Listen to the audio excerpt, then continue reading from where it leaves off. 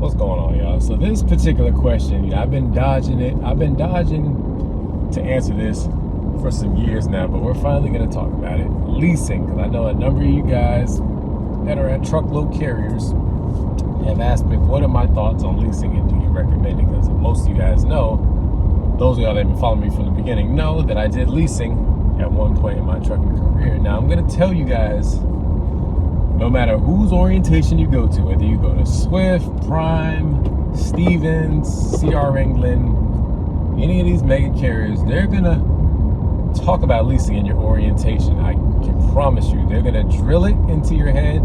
They're gonna convince you to do leasing. They're gonna sell you a dream about leasing. Now, some people are successful in leasing, and then there's a big percentage of those that aren't successful. So before you consider doing leasing, you need to make sure it makes sense. And before I even jump into that, don't do it if you're new into the industry. If you're like fresh into the game, I don't recommend you do it, because when you're fresh in the industry, you don't know jack shit about the industry. You don't really understand freight, how freight moves.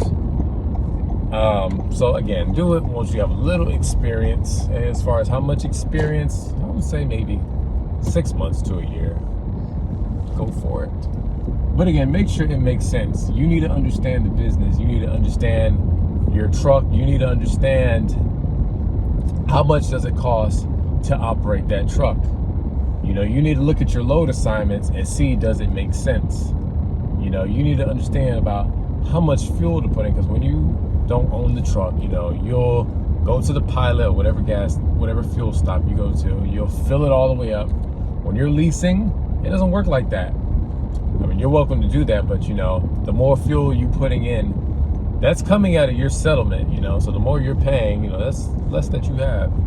You need to understand your deductions. How much are they taking out? You need to understand, what are they charging you for?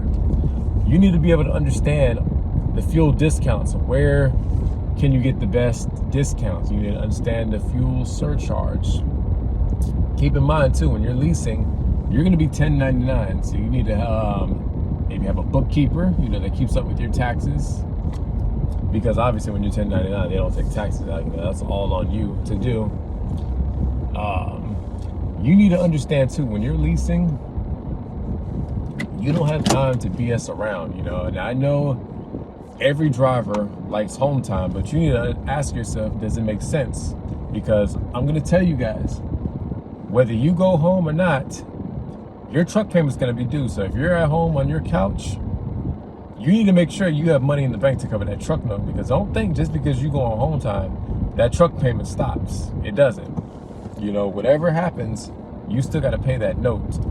And God forbid you fall in the hole, you know, you might see some negative checks. So imagine running 3,000 miles. You look at your settlement and your company's taking all of that. You know, you're going to be pretty tight when you see that. So again, make sure it makes sense for you. You know, it's a lot of things you need to keep in mind with this. I'm not going to go into full detail, but the point is, guys, you need to make sure you're good with numbers. You need to make sure you understand the industry, understand where freight goes. Now, back to what I said, you don't really understand freight. You need to understand too the areas, because if they send you a load, let's just say they send you to Florida. Now, any truck driver knows Florida, it's a lot of freight that comes into Florida, but there's not that much that comes out of Florida. So you may have to deadhead to Georgia or what have you to get a load.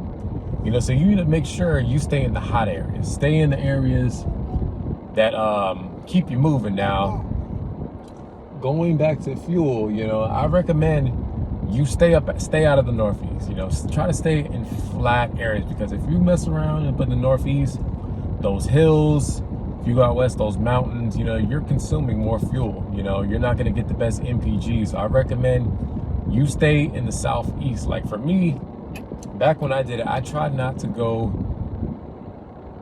anything west of 35.